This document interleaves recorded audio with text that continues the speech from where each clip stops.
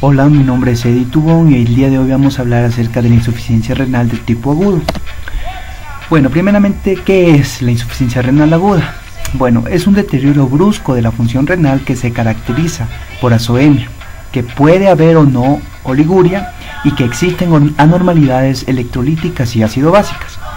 Bueno, el grupo A aquí incluye criterios dentro de los que tenemos que sea menor de 48 horas, que existe un aumento absoluto de la creatinina sérica igual o mayor a 0.3 miligramos decilitro, o un aumento porcentual del 50% de esta o más, que equivale a 1.5 veces el nivel basal.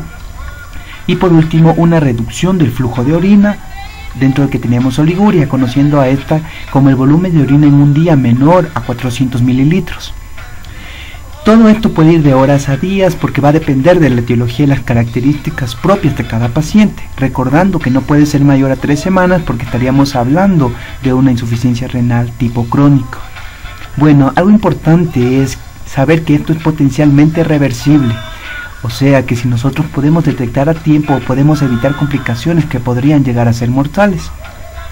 Dentro de la epidemiología tenemos que un 5 al 7% de hospitalizaciones se complican con insuficiencia renal aguda y hasta un 30% en la unidad de cuidados intensivos.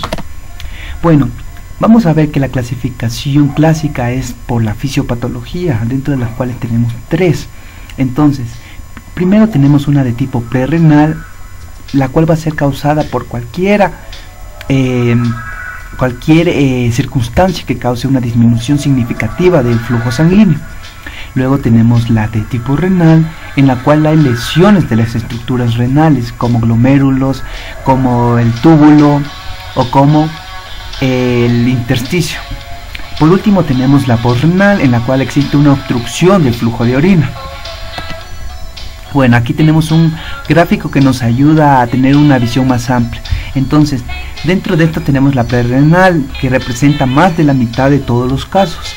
Luego tenemos la intrínseca o renal, que representa un 35%, dentro de las cuales se encuentra la nefritis intersticial, que representa el 10%, una necrosis tubular aguda, que representa el 85%, de las cuales la isquémica y la tóxica son las más representativas y que representan casi todas. Y por último, una glomerulonefritis, que representa el 5%. Entonces vamos a ir viendo una por una dentro de los siguientes minutos. Bueno, entonces dentro de la insuficiencia renal aguda de tipo prerrenal, como les dije, puede ser cualquier cosa que disminuya el flujo plasmático renal. Vamos a ver que el riñón tiene una forma de autorregulación, ya que este puede autorregularse sin cambios cuando la presión arterial media varía de 80 a 150, pero cuando es menor ocurre una hipovolemia, y cuando ocurre una hipovolemia, entonces el riñón va a tener dos tipos de formas para tratar de compensar todo esto. Primero es una autorregulación que está dada por varios mecanismos. Por ejemplo, aquí tenemos las prostaglandinas, el reflejo miógeno y el óxido nítrico. ¿Qué van a hacer estas? Van a hacer una vasodilatación de la arteriola aferente, mientras que la angiotensina 2 es una vasoconstricción de la arteriola eferente. De esta manera, de estas dos, tanto la vasodilatación de la arteriola aferente como de la vasoconstricción de la eferente, va a mantener una presión intraglomerular normal y por tanto va a mantener el filtrado glomerular. Luego tenemos también el feedback túbulo-glomerular. ¿Qué va a hacer este? Este va a regular el tono de la arteriola aferente a través de un mecanismo que detecta el aporte del fluido tubular y de los iones a la mácula densa que se encuentra en el túbulo distal. Entonces, ¿qué quiere decir? Que en situaciones de depresión del volumen asociadas a un aumento de la reabsorción en el túbulo proximal, el mecanismo provoca vasodilatación de la arteriola aferente para mitigar la reducción de la tasa de filtración glomerular. Entonces, estas van a ser las dos formas en que el riñón va a tratar de compensar esta disminución del flujo. Pero recordemos que cuando la presión arterial media es menor a 80, cae la tasa de filtración glomerular y por tanto va a dar una insuficiencia renal aguda. Esto dentro de la fisiopatología. Entonces, vamos a ver. Como les dije, hay una autorregulación. Entonces necesitamos dos tipos de situaciones para que esta autorregulación no sea adecuada. Primeramente, que exista un descenso brusco y dramático de este flujo plasmático renal. Esto se puede dar en casos, por ejemplo, de hipovolemia, que puede darse, por ejemplo, en una deshidratación, hemorragia, situaciones de tercer espacio. También cuando hay una disminución del gasto cardíaco, por ejemplo, tenemos aquí el infarto agudo de miocardio, arritmias graves, taponamiento pericárdico. También en situaciones de vasodilatación sistémica, por ejemplo, shock séptico, o que el paciente esté tomando antihipertensivos y tome una dosis muy alta.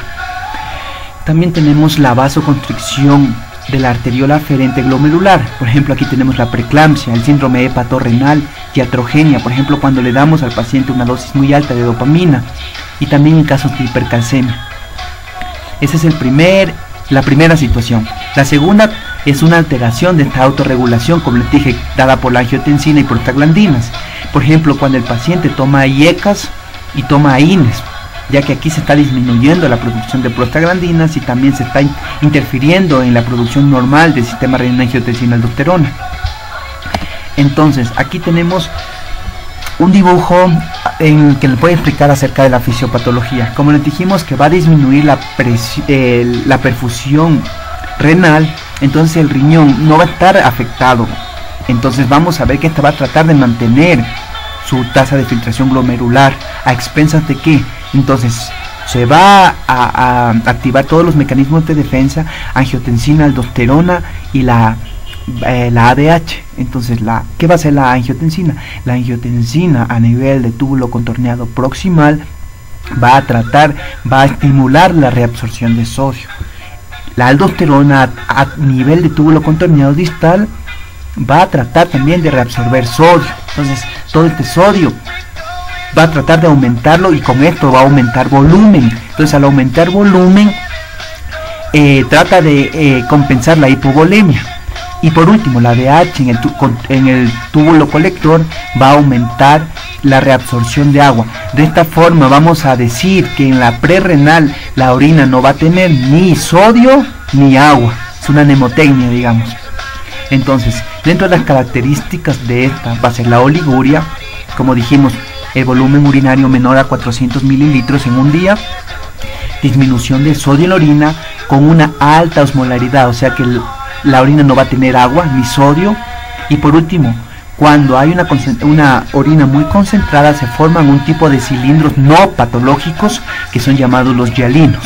Entonces aquí tenemos características propias de este tipo de insuficiencia.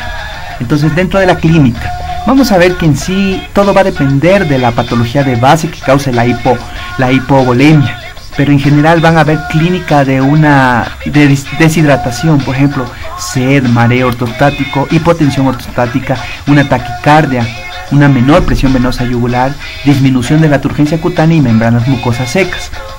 Entonces, recordemos, la insuficiencia renal prerrenal va a ser normalmente oligúrica, con una elevación de urea y creatinina en sangre, más la presencia de una orina muy concentrada. ¿Cuándo decimos que la orina es muy concentrada? Cuando el sodio urinario es menor a 20 mil equivalentes, la fracción de excreción de sodio es menor al 1%, cuando la osmolaridad urinaria es mayor a 500 y cuando presentamos cilindros hialinos. Entonces aquí se habla, todo esto nos guía bastante a pensar en una insuficiencia renal de tipo prerrenal. Entonces, aquí les he puesto un caso clínico, un varón de 50 años que presenta septicemia, deshidratación y oliguria. Le hacemos un examen de sangre y encontramos una urea aumentada, creatinina aumentada.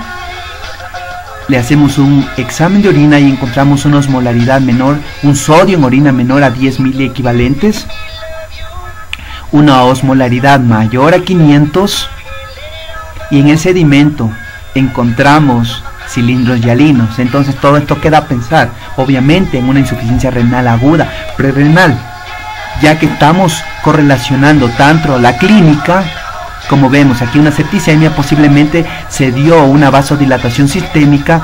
Esto provocó una disminución del volumen de la perfusión, digamos, de la perfusión renal, ya dada por y encima una oliguria. Entonces, el tratamiento, como vimos que hay diferentes causas de este tipo de insuficiencia renal, vamos a ver, sabiendo diferenciar una de la otra, podemos dar el tratamiento.